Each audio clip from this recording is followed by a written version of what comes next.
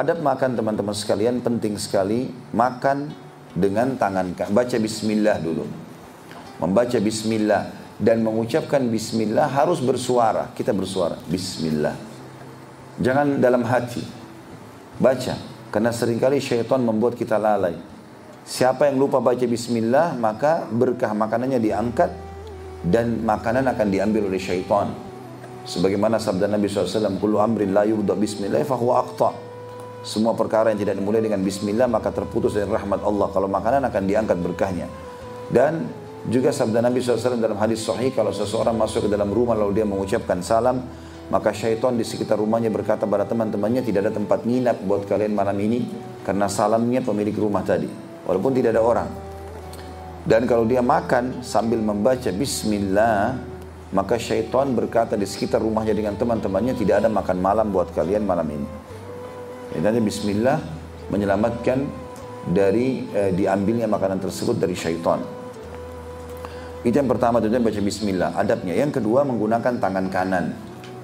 Dan ini sering kali saya kadang-kadang lagi pengajian, masih melihat di pengajian ada bapak ibu yang minum dengan tangan kiri, makan dengan tangan kiri. Ini mesti harus diperhatikan. Cuma mungkin saya tidak bisa, kadang-kadang saya tidak menegur di dalam majelis, karena khawatir nanti malah beliau-beliau ini malu. Tapi kadang-kadang juga ada yang saya ingatkan. Saya mengatakan, saya tidak sebutkan orang, tapi saya mengatakan bapak ibu ingat kalau makan dan minum dengan tangan kanan. Karena sabda Nabi SAW tegas masalah itu. Jangan kalian makan dan minum dengan tangan kiri, karena syaitan makan dan minum dengan tangan kiri. Ini banyak maknanya. Bisa saja karena kita dilarang menyerupai syaitan, itu makna zahirnya hadis, atau makna yang lain, makan dan minum dengan tangan kiri akan diambil oleh syaitan. Yang ketiga adalah makanan dan minuman harus dari sumber yang halal. Tidak boleh sama sekali dari yang haram. Karena kata Nabi SAW, akan ada orang yang memohon-mohon kepada Allah, meminta-minta, bajunya kotor, tidak punya alas kaki, miskin sekali. Lalu dia mengatakan, ya Allah berikan, ya Allah berikan. Bagaimana Allah berikan sementara makanan, minuman, pakaiannya haram? Jadi nggak bisa. Yang keempat, tidak menghembuskan nafas atau bernafas pada saat minum ataupun makan ini. Jadi usahakan pada saat kita memasukkan minuman atau makanan, kita sedang menahan nafas semenjak. Cuma untuk memasukkan saja ya.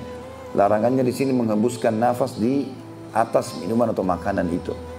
Makanya Abdullah bin Umar radhiyallahu anhu, beliau kalau minum di gelas, maka beliau menahan nafas sambil baca bismillah, dimasukkan. Tentu dilepas, setelah itu dia bernafas biasa. Pada saat dia telan, pada saat dia letakkan gelas, lalu kemudian dia mengatakan alhamdulillah. Pada saat dia meminum, dia tahan lagi nafasnya. Sunnah Nabi SAW, kata Nabi SAW, jangan kalian bernafas atau menghembuskan nafas ataupun menariknya pada saat sedang minum atau makan. Termasuk adabnya adalah membiarkan makanan atau minuman dingin terlebih dahulu, atau bukan dingin maksudnya, ya bukan panas sekali, sudah berkurang panasnya. Orang kadang-kadang kalau makan panas maka lidahnya bisa luka, ya mungkin juga tidak maksimal dalam memakan atau menikmati rasa makanan tersebut.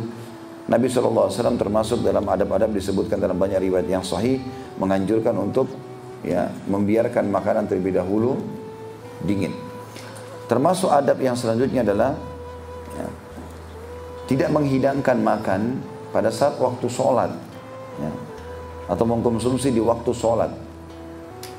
Kata Nabi SAW, janganlah kalian sholat sementara makanan sudah dihadirkan, ya, dan janganlah kalian sholat dengan menahan dua keburukan, maksudnya buang air besar dan buang air kecil.